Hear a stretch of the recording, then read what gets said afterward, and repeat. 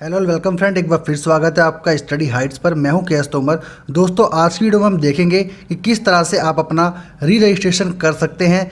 और अगर आप स्पेशली किसी रिजर्व कैटेगरी से बिलोंग करते हैं, यानी कि अगर आप SC ST कैटेगरी से बिलोंग करते हैं, तो आपकी फ़ीस आपको नहीं देनी होगी री रजिस्ट्रेशन करते समय। तो चलिए देख लेते हैं किस तरह से आपको BAG कोर्स के लिए री रजिस्ट्रेशन करना है। इस प्रोसीजर को आप कभी भी रजिस्ट्रेशन करते समय फॉलो कर सकते हैं। तो चलिए वीडियो शुरू करते हैं। तो यहाँ पर अब हम आ गए हैं इग्नू की ऑफिशियल वेबसाइट www.ignu.ac.in पर। जैसे आप इस वेबसाइट पे आएंगे, आपको यहाँ पर रजिस्टर ऑनलाइन का ऑप्शन मिलेगा। इस पर जैसे ही आप क्लिक करते हैं, एक ड्रॉप डाउन मेन्यू ओपन होता है और थर्ड नंबर पर एक ऑप्शन आता है री रजिस्ट्रेशन। इस री रजिस्ट्रेशन के ऑप्शन पे आपको क्लिक करना होगा। क्लिक करने के बाद आप री रजिस्ट्रेशन के पोर्टल पर आ जाएंगे। यहाँ पर आप देख सकते हैं फिलहाल अभी जुलाई 2021 सेशन के लिए री रजिस्ट्रेशन ओपन है और इसकी लास्ट डेट 15 जून है। यहाँ पर सभी इंस्ट्रक्शन दिए गए हैं जिसको आप केयरफुली पढ़ सकते हैं। इन सभी को पढ़ने के बाद आपको यहाँ नीचे I have read and understood the instruction given above, इस पर राइट टिक करना है और उसके बाद प्रोसीड फॉर री रजिस्ट्रेशन पर क्लिक करना है। क्लिक करने के बाद आप यहाँ पर लॉगिन के पोर्टल पर आ जाएंगे, जहाँ पर आपको अपना यूज़र नेम और पासवर्ड डालना होगा। ये यूज़र नेम और पासवर्ड आपको एडमिशन के टाइम पर ही मिल जाता है। जब आप रजिस्ट्रेशन करते हैं स्टार्टिंग में, उस टाइम पे आपका जो पासवर्ड और यूज़र नेम आपको मिलता है, उसी के थ्रू आपको यहाँ पर लॉगिन करना होता है। तो सिंपली आपको यहाँ पर अपना यूज़र नेम और पासवर्ड डालकर लॉगिन के ऑप्शन पे क्लिक करना होगा। लॉगिन करने के बाद आपके सामने कुछ इस तरह का इंटरफेस आएगा। जिस भी प्रोग्राम में आपने एडमिशन ले रखा है उसकी डिटेल आपके सामने होंगी। और यहाँ पर आप देख सकते हैं BAG प्रोग्राम है, यहाँ पर क्लिक हेयर लिखा है, इस पर आपको क्लिक करना होगा। क्लिक करने के बाद आप देख सकते हैं सारी डिटेल आपके सामने है, जैसे कि आपका नाम, एनरोलमेंट नंबर और आपका सेशन।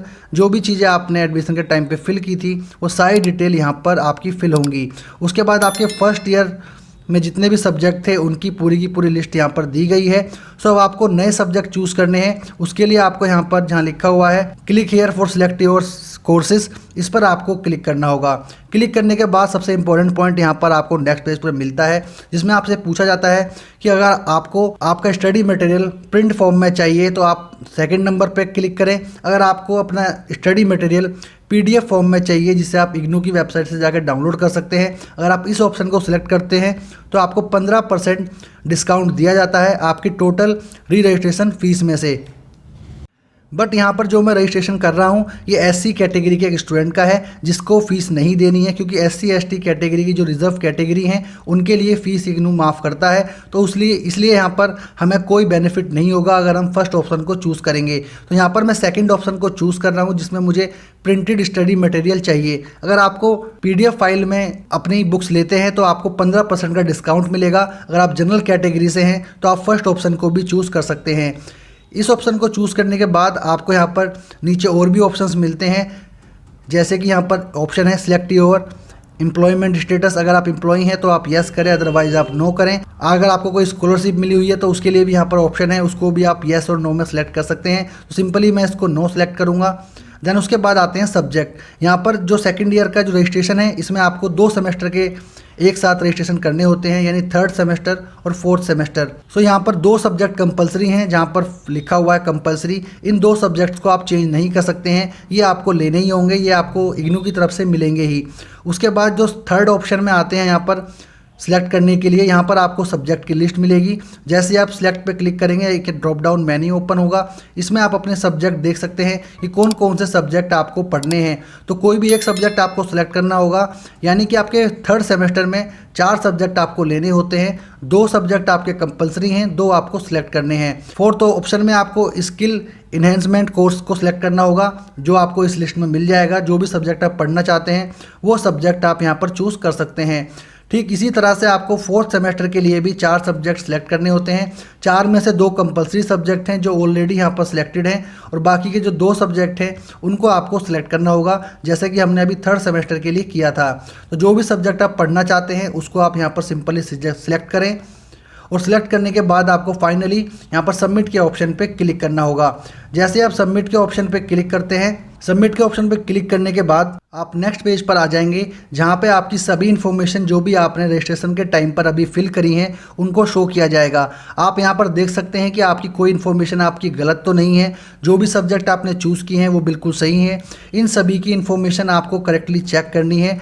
चेक करने के बाद ही आप इसमें आगे प्रोसीड करें। अदरवाइज़ कोई आपको लगता है कि यहाँ पर कोई चेंजेस आपको करना है, कोई सब्जेक्ट आपको चेंज करना है जो आपने गलती से ले लिया है, तो आप अपडेट कोर्स सिलेक्शन के ऑप्शन पे क्लिक कर सकते हैं। अगर आपकी कोई भी यहाँ पर मिस्टेक नहीं है तो आप डिक्लेरेशन बॉक्स में राइट टिक करें, उसके बाद सबमिट एप्लीकेशन पर आप क्लिक करेंगे। सो फाइनली जब हम सबमिट एप्लीकेशन पर क्लिक करेंगे, क्लिक करने के बाद आप देख सकते हैं यहाँ पर पूरी तरह से हमारा रजिस्ट्रेशन कंप्लीट हो चुका है। ऊपर यहाँ पर एक पॉपअप में मैसेज भी हमें मिला है जिसमें लिखा है एप्लीकेशन सक्सेसफुली सबमिटेड, यानी कि हमारा जो एप्लीकेशन फॉर्म है सेकंड ईयर का रजिस्ट्रेशन का वो हमारा सक्सेसफुली सबमिट हो चुका है। इन केस अगर आप जनरल कैटेगरी से होते तो आप नेक्स्ट पेज पर आते और नेक्स्ट पेज होता आपका फ़ीस पेमेंट का, और आपको फ़ीस पेमेंट करने के बाद ये पेज आपको दिखाई देता। मगर यहाँ पर हम एससी कैटेगरी का एक रजिस्ट्रेशन फॉर्म फिल कर रहे हैं तो इसलिए यहाँ पर इसकी कोई फ़ीस नहीं है, इसलिए हमें यहाँ पर फ़ीस पेमेंट का कोई पेज नहीं मिला है। तो यहाँ पर आप जहाँ लिखा हुआ है क्लिक हेयर, इस पर आप क्लिक करेंगे।